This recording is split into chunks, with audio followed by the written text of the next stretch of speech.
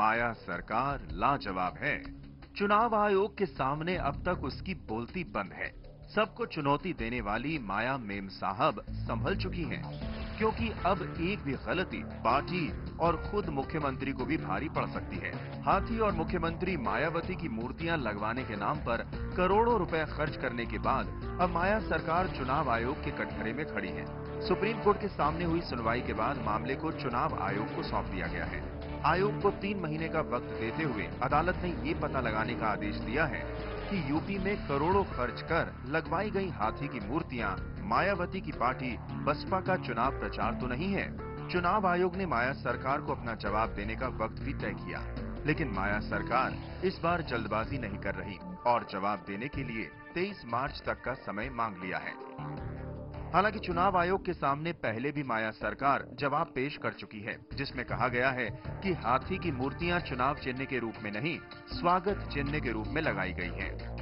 इससे पहले election commission में अपना जवाब दाखिल करते हुए माया सरकार का तर्क था कि हाथी केवल बसपा का चुनाव चिन्ह ही नहीं, स्वागत का प्रतीक भी है। माया सरकार के जवाब में कहा गया, हाथी की मूर्तियों को चुनाव चिन्ह की तरह नहीं, स्वागत चिन्ह के रूप में लगाया गया है। माया सरकार का तर्क है कि भारत के प्राचीन मंदिरों में भी हाथी की मूर्तियां शक्ति के प्रतीक के रूप में लगाई गई थी। साथ ही भारत की संसद, राष्ट्रपति भवन, राजभवनों में भी स्थापित की गई हैं। आयोग को दिए जवाब में कहा गया कि खुद कांग्रेस पार्टी ने यूपी की राजधानी लखनऊ में हाथी पार्क का निर्माण कराया है।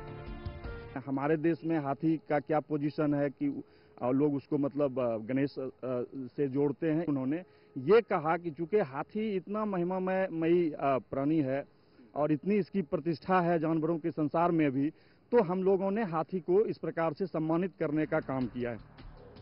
मुख्यमंत्री मायावती की मूर्तियों को लगवाने के पीछे यूपी सरकार ने तर्क दिया है कि दलित नेता कांसीराम की वसीयत के मुताबिक मुख्यमंत्री जी की मूर्तियों को लगवाया गया है।